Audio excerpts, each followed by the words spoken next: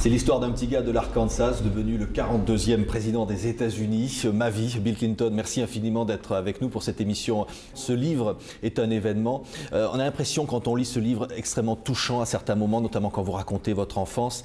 Vous n'avez jamais cessé de courir après ce rêve. Vous écriviez, vous avez des notes dans ce livre disant « j'ai toujours cherché à être un homme, à devenir quelqu'un de bien ». Ça a toujours été ça. Vous citez une chanson des Beatles, vous dites prendre une chanson triste et la rendre meilleure. Ça a été votre rêve comme ça, améliorer les choses? Oui. Ça a toujours été le cas, et pour une raison ou pour une autre. Comme vous pouvez lire dans le livre, j'ai récupéré la plupart des éléments qui en constituent mon enfance, des articles que j'avais lus quand j'avais 9 ou 10 ans, tout ce que ma mère m'a envoyé, m'a donné à lire. J'ai beaucoup de souvenirs qui font partie du livre maintenant. Et j'ai toujours été pressé, comme je l'ai dit, au début du livre, en partie parce que mon père est décédé avant ma naissance. Donc j'ai grandi avec des mémoires que j'avais de seconde main de mon père. Donc j'ai toujours eu l'impression de devoir vivre pour deux personnes et je ne pouvais pas louper une journée, pas louper un moment de ma vie. Et dans l'ensemble, ça m'a donné une très bonne vie. Alors il y a évidemment ce père que vous n'avez hélas pas connu, puisque votre mère était enceinte de 6 mois quand il est décédé accidentellement. Et puis il y a George Clinton, ce beau-père, que vous allez aimer malgré tout. C'est-à-dire il est alcoolique, il est violent, vous avez des souvenirs terribles et jusqu'au bout, jusqu'à sa maladie, son cancer, vous allez être auprès de lui. Vous dites il va lutter contre la maladie, finalement ça va être sa grande victoire. En effet, sa grande victoire, ça a été sa façon de gérer son cancer et sa mort elle-même. Mon beau-père, c'était un homme bon, en fait. Comme la plupart des alcooliques, ce sont des gens bien, en fait, qui souffrent d'un problème très grave. Ils sont accros à l'alcool, ils essaient de s'en sortir eux-mêmes. Et à l'époque, c'était il y a très longtemps, il faut s'en souvenir, les gens ne demandaient pas d'aide à l'époque, ils ne comprenaient pas eux-mêmes qu'ils avaient une maladie basée sur des fondements biochimiques et non seulement sur des fondements émotionnels. Pour moi, c'était une figure tragique, beaucoup plus qu'un homme mauvais. Je n'aimais pas ce qu'il faisait, mais je ne le détestais pas. Vous dites même que vous aimez aller dans les cimetières. C'est curieux parce qu'on voit dans ce livre, Ma vie, il y a ces deux parts de vous. C'est-à-dire la vie, je le disais quand même, ce petit gars de l'Arkansas qui devient le président des États-Unis, le maître du monde, on pourrait dire en quelque sorte. Et puis en même temps, il y a cette vie, ces coups durs de la vie. Vous dites, quand je reçois des coups, j'ai toujours appris, il faut avancer. Oui, en effet. J'ai toujours eu l'impression qu'il y avait un bon aspect des choses et un mauvais aspect des choses et de la vie. Moi, j'étais à l'aise avec la mort, et y compris ma propre mort, parce que mon père est mort avant ma naissance. Donc j'ai toujours aimé les cimetières. Les cimetières me permettaient d'entrer en contact avec mes racines, avec mon humanité. Dans le monde entier, je rends visite au cimetière, encore aujourd'hui. Et j'ai réalisé également qu'il fallait combattre, qu'il fallait se battre. Mon style de fonctionnement depuis mon enfance, c'était de ne pas être un agresseur. Je ne faisais de mal à personne, mais je ne voulais pas non plus devenir une victime sans réagir. Et ça a bien marché pour moi. Je crois que je peux le dire, pendant 2 mandats présidentiels. Alors, ce livre, Bill Clinton, qui est un événement, on a pu dire il a quasiment éclipsé la campagne présidentielle américaine, étant donné son succès. On pourrait se dire, vous l'avez fait pour ça, ou alors vous l'avez fait parce qu'Hillary n'avait pas tout dit dans le sien. Parce que vos 2 vies sont tellement imbriquées. Ils sont liés, mais je ne suis pas d'accord.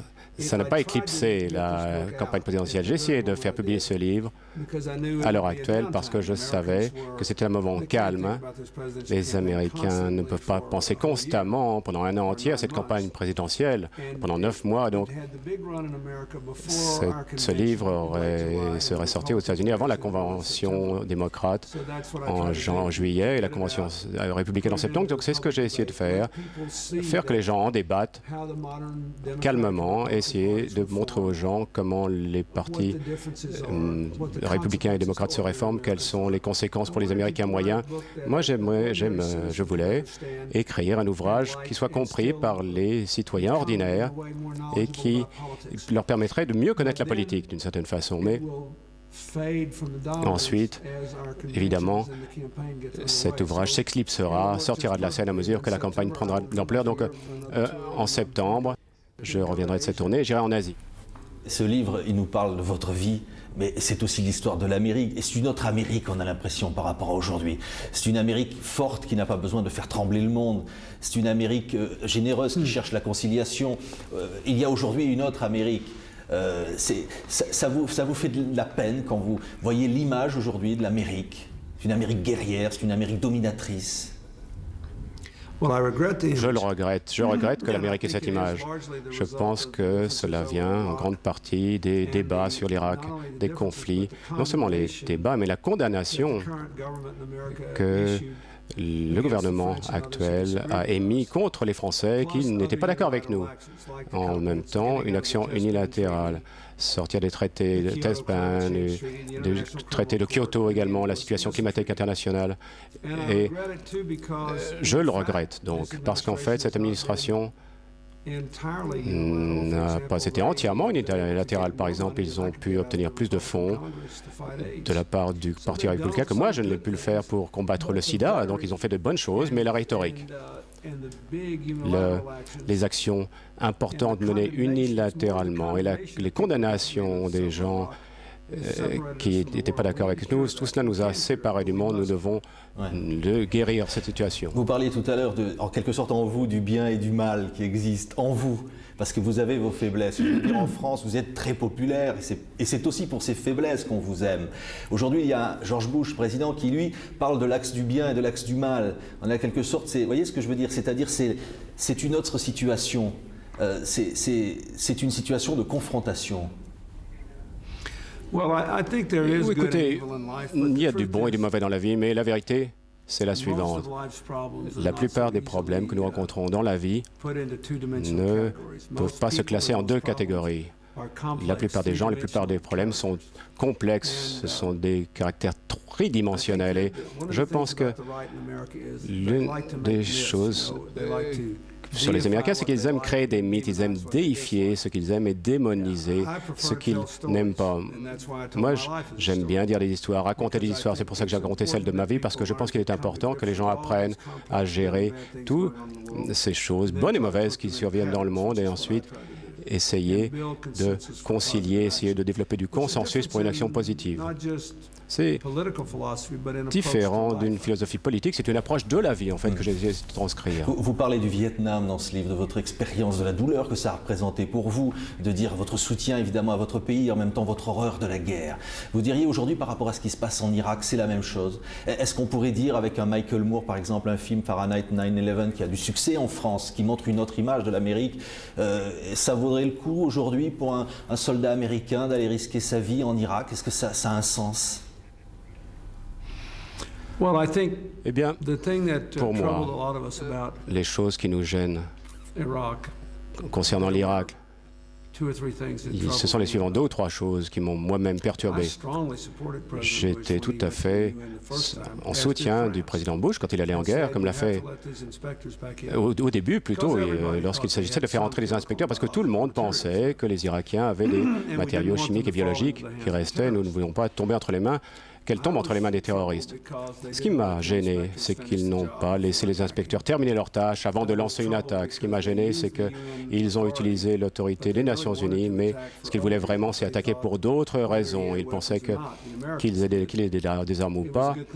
Les Américains pensaient que c'était une bonne chose de renverser Saddam, de renverser la balance du pouvoir aux États-Unis, peut-être augmenter notre pouvoir dans les négociations de paix du Moyen-Orient. Ça m'a embêté. La troisième chose qui m'a embêté, c'est qu'en faisant porter tant d'attention sur l'Irak, nous n'avions pas autant de soldats en Afghanistan qui auraient permis d'aider le président Karzai à sécuriser le pays entier et à poursuivre Al-Qaïda. Al-Qaïda est beaucoup plus dangereux encore maintenant pour les États-Unis, pour la France et pour le reste du monde que Saddam Hussein. Donc, moi, j'avais une différente perspective sur ces choses-là, mais ce qu'il faut considérer maintenant, c'est que pouvons-nous faire pour rétablir la paix dans la planète de façon conjointe.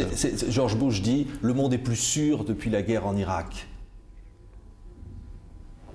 Je ne pense pas que la guerre en Irak a rendu le monde plus sûr.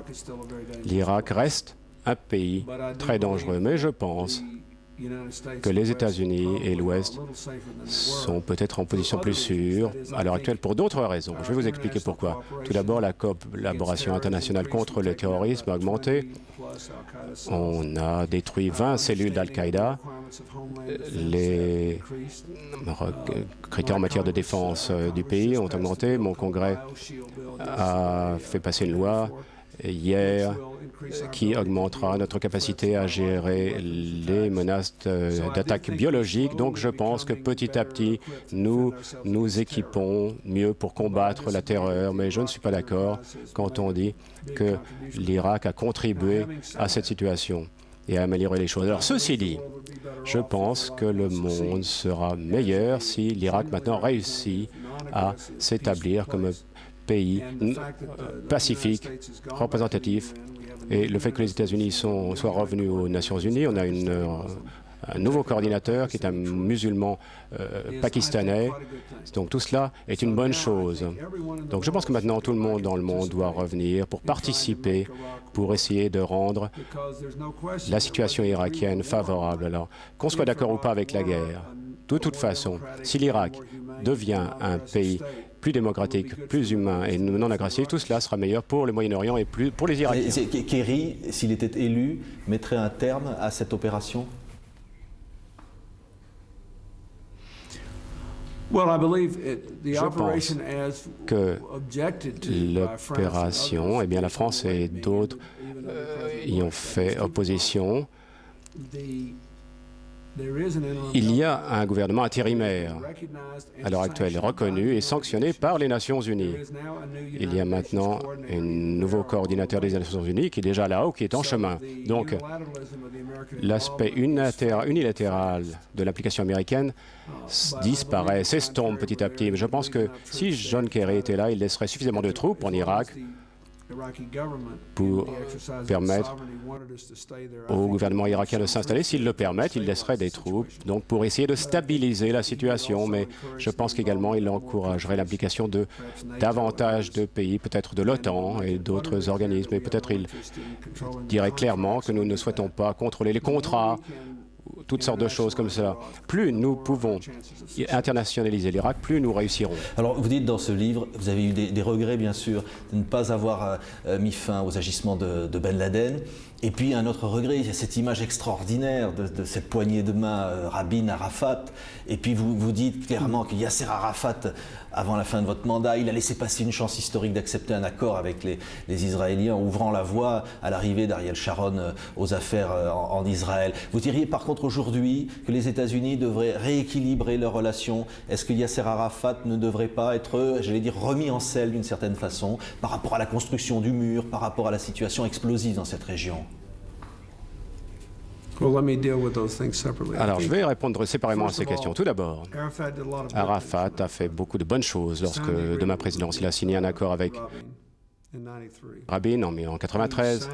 Il a signé l'accord qui a permis de rendre Hébron et Jéricho aux Palestiniens en 1994. Il a signé un accord avec Netanyahou, Wild River, en 1998.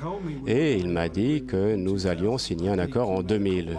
Je pense qu'il a fait une erreur colossale en refusant l'acceptation de Barak et en refusant mon plan de paix. Je ne sais toujours pas pourquoi. Il devient évident, et je pense que particulièrement au cours des 2 ou 3 dernières années, que les Palestiniens ne peuvent pas le rejeter, l'éjecter complètement. Donc l'astuce consistera à gérer le gouvernement palestinien sous Abou Alad, le Premier ministre, tout en reconnaissant qu'Arafat reste un personnage important, un personnage symbolique.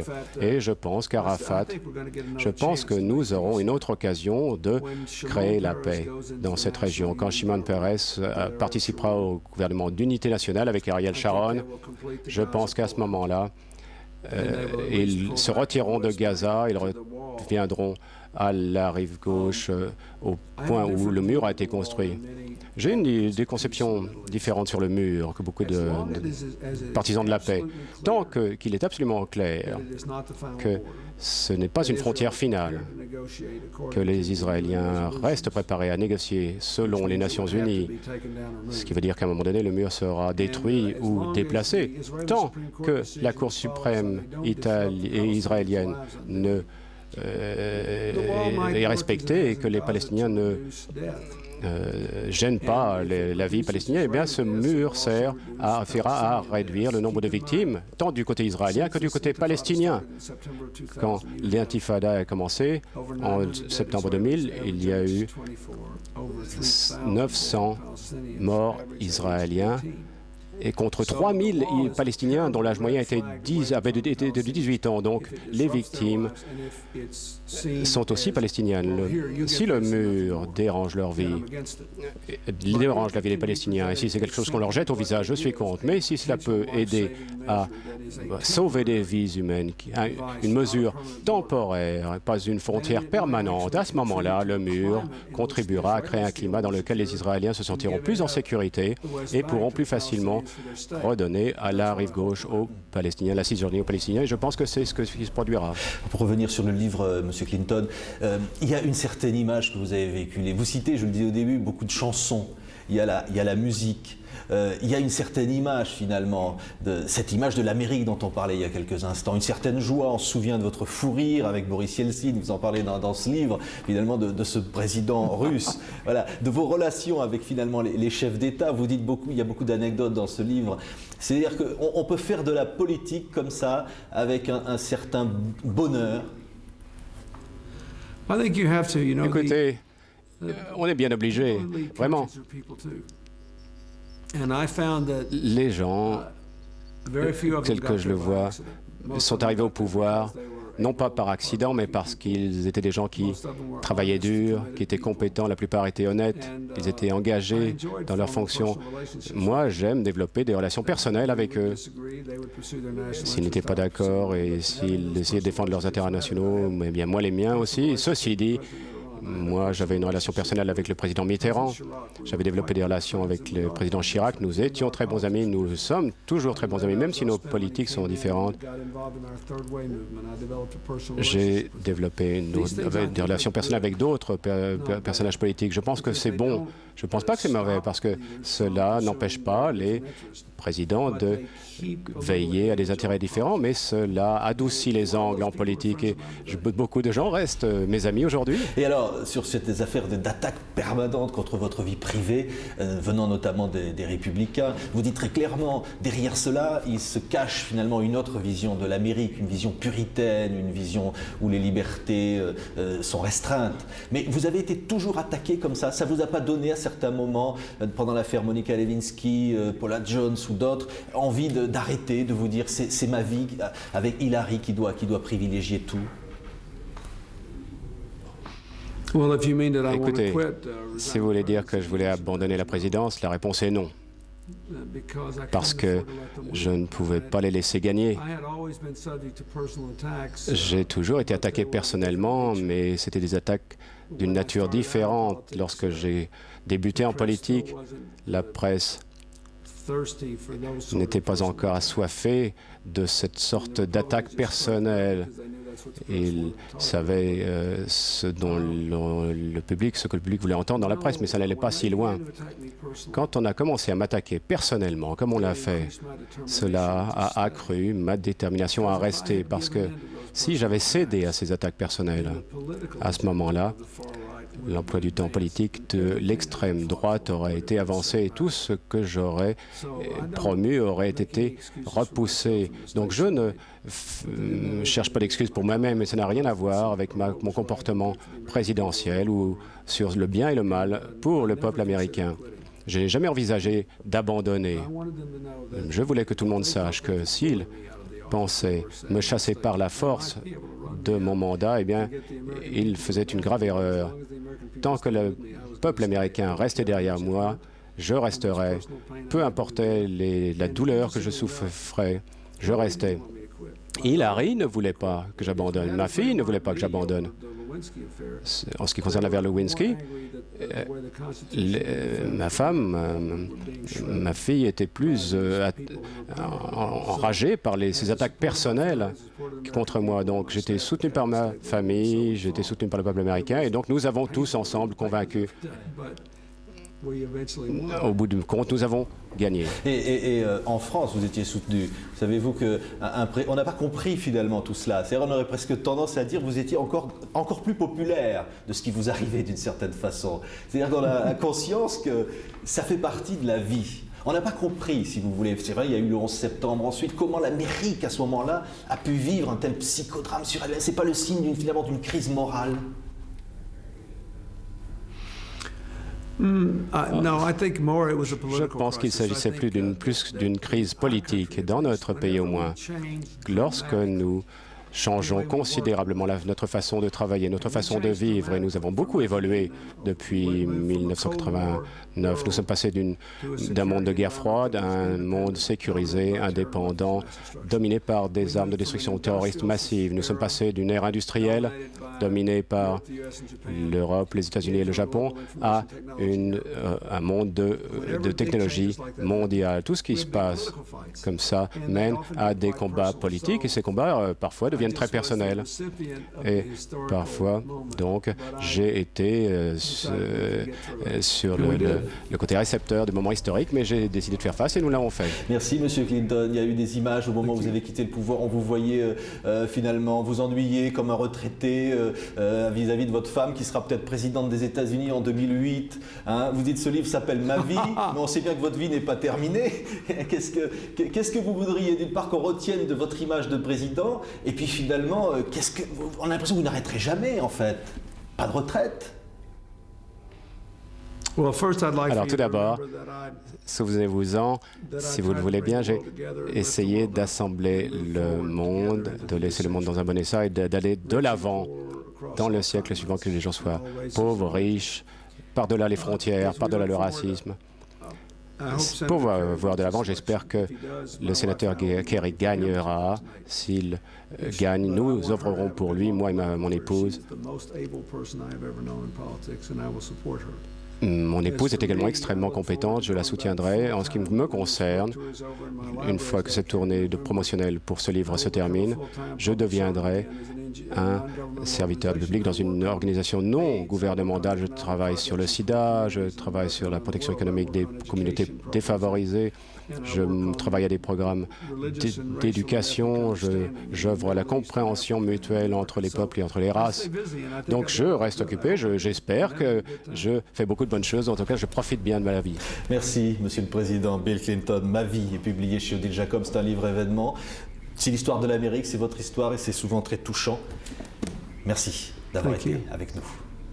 Thank you. That was terrific. Thank you. Formidable, merci. Thank you very much. Is that your copy? Oh, yes.